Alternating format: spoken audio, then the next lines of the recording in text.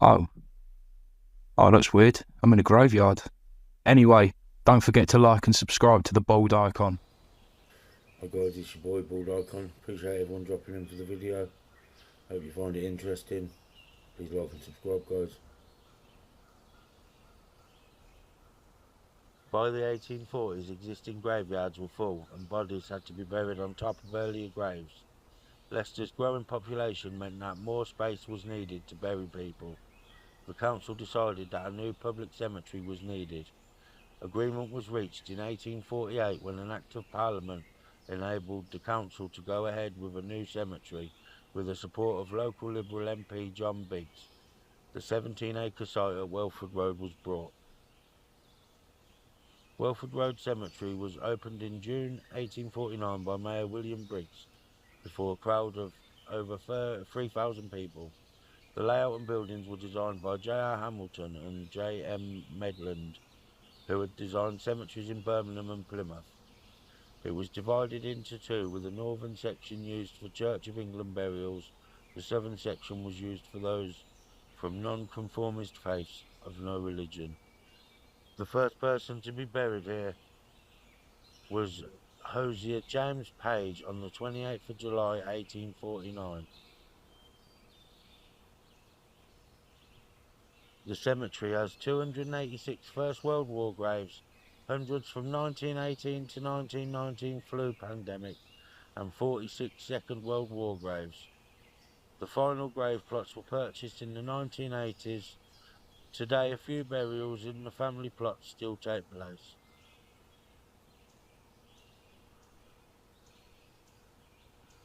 I haven't been here long, guys, but it's absolutely stunning here. Beautiful place.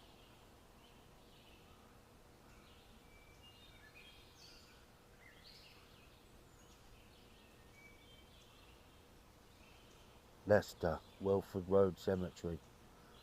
During the two world wars, Britain became an island fortress and a base for equipping and training troops and launching land, sea and air operations.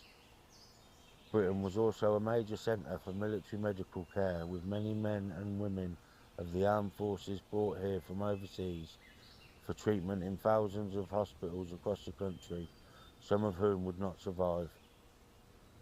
Other service personnel buried in the United Kingdom were killed or injured while fighting the enemy in the skies above the island or in coastal waters.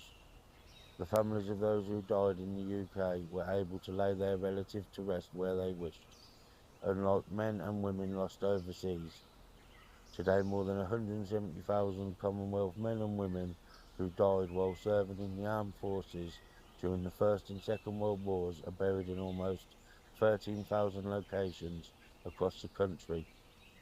Some lie in dedicated war cemeteries, others in village churchyards or municipal sites in cities and towns, under commission headstones or markers chosen by their next of kin.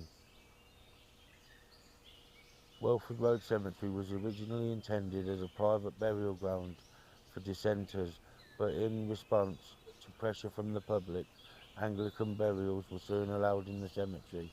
Officially opened in June 1849 during the First World War, the authorities gave the War Office permission to bury service personnel here, some of whom died in the 5th Northern General Hospital in the city. In 1907, the Territorial and Reserve Forces Act brought in a national medical service for the care and voluntary army for the first time. Prior to the First World War, plans were made for 23 territorial force hospitals in towns and cities throughout the UK, each with 520 beds that could be called into being in the event of war. Until such time as they were required, the hospitals existed only for training purposes. They were usually housed in existing hospitals, asylums and university buildings. Almost all were ready to receive patients by the end of August 1914, just 3 weeks after being mobilised. The 5th Northern General Hospital was established under this scheme in Leicester in 1914. The main hospital was housed in the former Leicester and Rutland Lunatic Asylum, which had been empty since 1908. Existing outbuildings were replaced with more suitable accommodation for patients and medical staff, and over the course of the war, the hospital expanded to more than 60 locations in the area, including North Evington War Hospital, Knighton House Hospital, Gilcross Hospital, and Leicester Royal Infirmary. By 1917, there were beds for almost 2,600 patients in and around the city, and by 1919, more than 95,000 casualties of war had been treated. Of that number, 514 died, of whom 286 lie here in Welford Road Cemetery. All those buried were given a military funeral with honours, and more than half of the First World War casualties are to be found in the war grave plots, their name inscribed on the screen wall. At the end of the war, the hospital and grounds were purchased by a local businessman, Thomas Fielding John, and given to the council that founded Leicestershire and Rutland University College, now the University of Leicester, as a memorial to the young men of the county who had paid the ultimate price. The intuition's motto, Un vitam habent, means that they may have life. During the Second World War, there was a number of airfields around Leicester, and half of the 46 scattered burials from that war are men from the Royal Air Force and Royal Air Force Voluntary Reserve.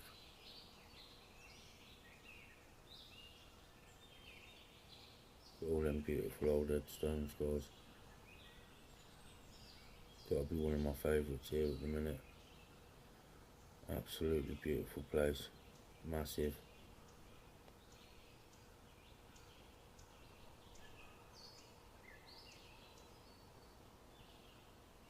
Former chapel area. Welford Road Cemetery was opened in 1849 as a municipal cemetery for the people of Leicester. You are now standing on the site of the former chapel that stood here for over 100 years. There were originally two chapels joined together by a central archway. One was used for Anglican funerals and the other for non-conformist and dissenter funerals, with the Anglican burials taking place subsequently in consecrated land and the other burials elsewhere.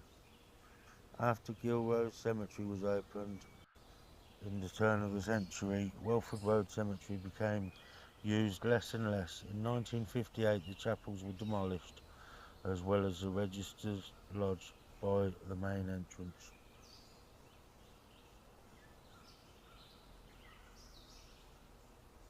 The memorial plaques. As part of the restoration project, 100 memorial plaques have been created on the site of the chapels, laid out on the original footprint of the buildings. Each plaque is dedicated to a notable figure buried in the cemetery. In front of you are the memorial plaques. They are numbered from 1 to 100 with a short history of the person included. Each individual's grave can be found by locating the plaque number on the maps contained in the lecterns to the rear of the cemetery. Some of these people are famous in the history of Leicester, while some have elaborate and ornate memorials reflective of Victorian attitudes to death. The story of Leicester, a working town. People have been making things in Leicester as far back as the Romans, but the most obvious visual evidence of industry in the city comes from the mid-19th century onwards, in the form of factories and warehouses. The success of its hosiery and footwear industries and the growth of textile giants such as Cora, Wolseley and Byford led to the claim that Leicester clothes the world by the middle years of the 20th century. By 1936, the city was recognised as the second richest in Europe thanks to its booming textile industry.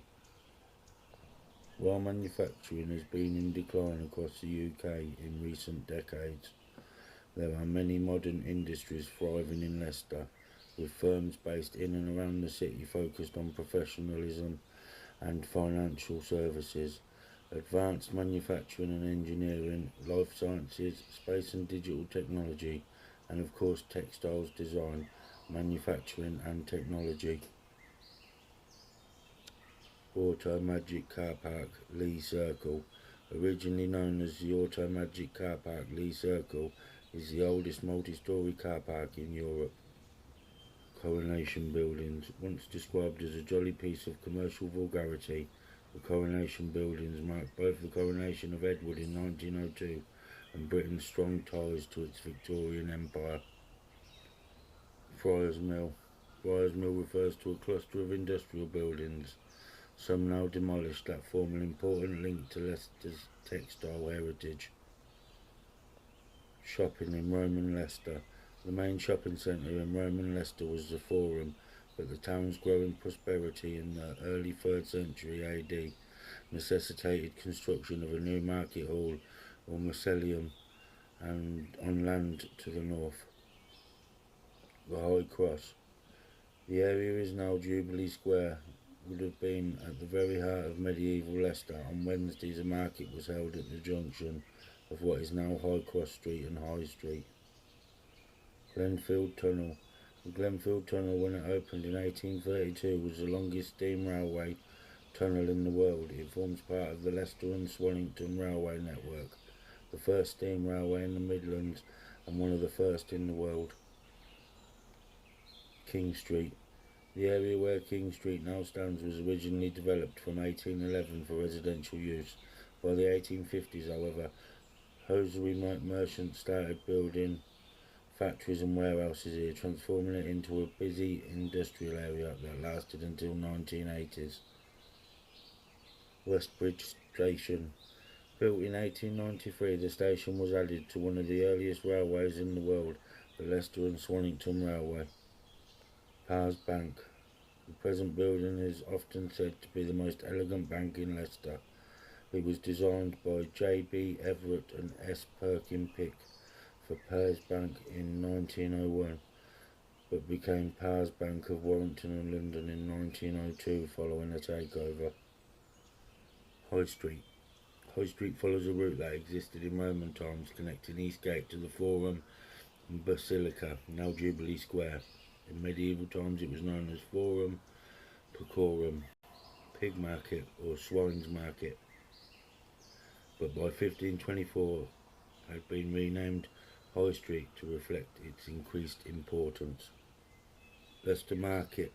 Leicester Market has been a place of social and cultural importance since the 13th century, when it became the centre for trade in the area. The first mention of it was in 1298, when a market larger than today's took place, bounded by the city walls and the corn wall, which was used by horse dealers to display the speed of their animals. Abbey Pumping Station. This impressive Victorian building is a fitting tribute to the importance of the hygienic disposal of sewage. It is the only engine house in the world where you can still see 4 working examples of the Wolf compound rotative beam engine in one building. The Vulcan Works. Brothers Josiah and Benjamin Gibson started their engineering business in 1842. The Vulcan Works was built for their company between 1876 and 1879. It was one of the earliest in Britain to combine an iron foundry with an engineering works. Weybridge Toll Collector's House. Leicester's Haymarket used to be held in the area where the clock tower now stands.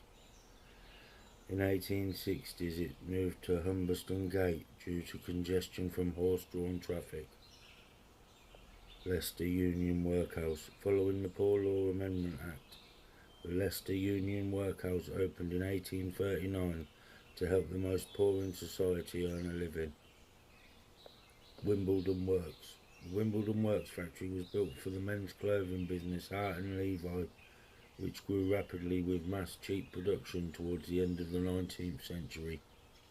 The Bostik Blacking Company was also founded in 1889 in Leicester. Some random history on Victorian Leicester, guys. Hope you are enjoying the video. Meadows and grasslands. The number of meadows in Leicester has seriously declined in the last 60 years, and with them the insects, mammals and birds associated with them. Managing the surviving meadows and finding opportunities to create new wildlife lawns and meadows in our parks and green spaces is very important in how we can conserve and encourage our wildlife in Leicester. These meadows and longer grassland areas are particularly important to support the insects, including butterflies and bees, arthropods such as spiders and millipedes, birds and small mammals. Wildlife lay their eggs or hibernate over winter amongst the tall grass tussocks. These areas are an oasis for wildlife attracted to the pollen and nectar of flowering grasses and plants, whilst the long grass means they can hide from predators. Meadows are now rare in Leicester, so it's important to protect or create meadows in the city. The grass is cut in early spring and then allowed to flower and then seed before being cut again in late July or August. The grass now hays left to dry and allow seeds to drop for the next year's crop before being baled and removed for use by local farmers and stables. The plight of the bumblebee. Pollinating insects such as our bees and wasps have suffered a big decline, and about a third of bee colonies lost. Recently, because of our climate, a virus-killing mite and increased use of pesticides and herbicides, cooler summers with thunderstorms make it difficult for insects to fly and collect pollen. Our warmer winters may cause the queen bees to wake from hibernation too early before plants are available to feed on. These meadows and longer grasses are vital to help protect the bees and other pollinating insects in Leicester, because urban bees are particularly stressed due to pollen from cars and industry. Great numbers of people living in towns or cities, and loss of gardens as people pave our green space for parking, housing extensions or decked areas. Food chains and feeding frenzies. Some species of insects are specialist feeders and are only attracted to certain plants. Making sure that those plants are present helps to conserve the insects and attract more general feeders. A diverse range of wildflowers and grasses will attract more invertebrates, which mean more food for the larger animals.